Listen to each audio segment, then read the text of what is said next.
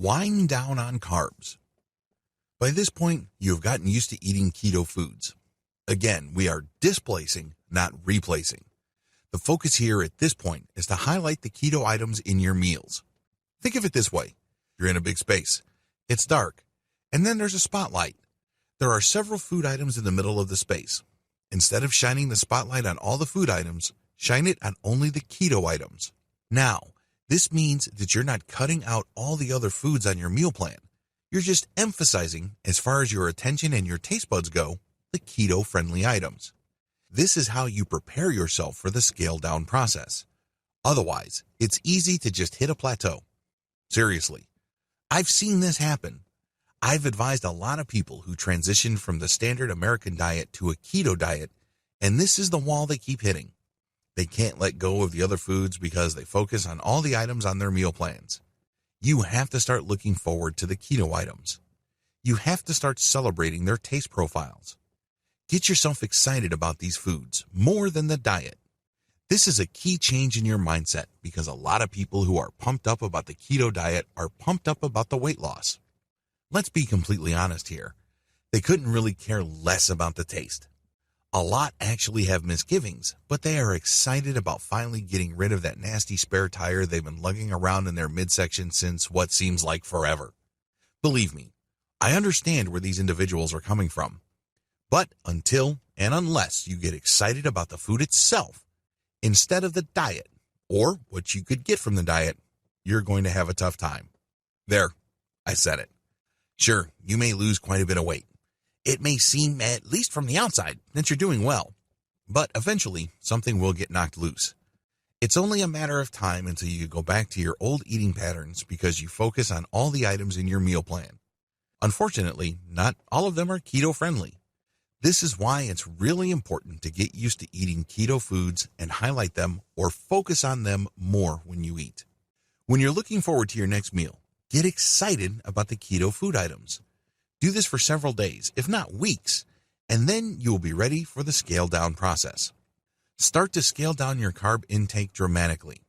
Please understand that your goal here is to trigger ketosis using diet. This involves a transition phase, but eventually you must be fully ketogenic. In other words, at a certain point in time, you must flip over to using fat as your main energy source instead of sugar. This is the point where things get real with the keto diet. All the previous videos that I've walked you through prepare you for this point in time. This can only happen when you start to scale down your carb intake dramatically. How come? As I've mentioned in a previous video, if insulin is in the picture, you're not burning fat for fuel. Seriously, it really is that simple. If you eat more than 12 to 25 carb grams every single day, your body will be producing insulin and you're mostly burning sugar throughout the day for energy. At this point in time, you're going to have to scale down your carb intake dramatically so you can get below the 12 to 25 gram maximum daily carb intake threshold. Thankfully, there are two wonder foods that you can rely on to get you there. Your keto wonder food number 1, eggs. I don't know about you, but I've always had a softness for eggs. They're compact, they're pretty straightforward, they're definitely easy to prepare, and they're loaded with nutrition.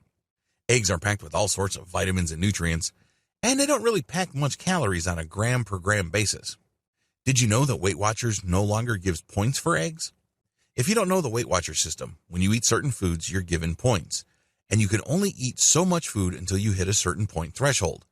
If you go over that maximum point threshold, you're going to gain weight. If you eat below it, you lose weight. For the longest time, Weight Watchers was giving eggs points. Well, they've wiped those points out. Now you can basically eat quite a bit of eggs. This is in keeping with recent research that shows that eggs are not bad for you.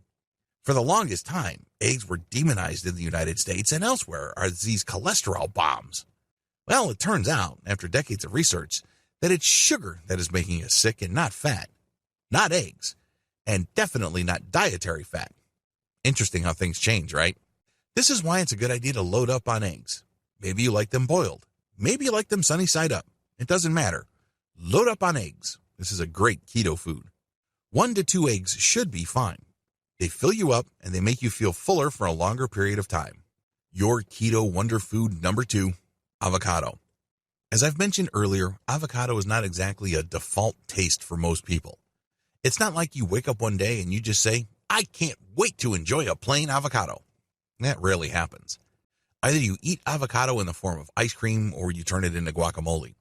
But as a fruit by itself, added into a salad of greens, that takes some doing. It definitely takes some getting used to. But if you really want to take your keto diet to the next level and scale down your carb intake dramatically, load up on avocado. It's loaded in fat, but it also has dietary fiber and is loaded with vitamins. It's really good for you. And it is actually easy to get used to because it's very versatile. You can mix it with all sorts of greens. You can mix it with egg. It's good stuff. Your keto wonder food number 3, cauliflower. I include cauliflower here knowing full well that it does have carbohydrates. This is why it's a good idea to use moderate amounts of cauliflower. Maybe you can prepare it once every other day or a little more frequently. I include cauliflower here because a lot of us veterans of the standard American diet are used to eating a significant amount of carbohydrates every day. In my case, I used to eat a lot of rice. Cauliflower saved my life as far as my keto diet goes. Why? Instead of loading up on brown rice, red rice, or plain steamed white rice, I make cauliflower rice. You just grind it up and then you fry it. You can turn it into fried rice, or you can serve it plain, fried, or sautéed. It is roughly the same consistency as rice, but it's loaded with protein instead of carbs. Of course, you should only eat a moderate amount of protein daily. You can't go overboard with protein because, as I have mentioned earlier in this training, your liver actually turns protein into sugar. This is called glucogenesis.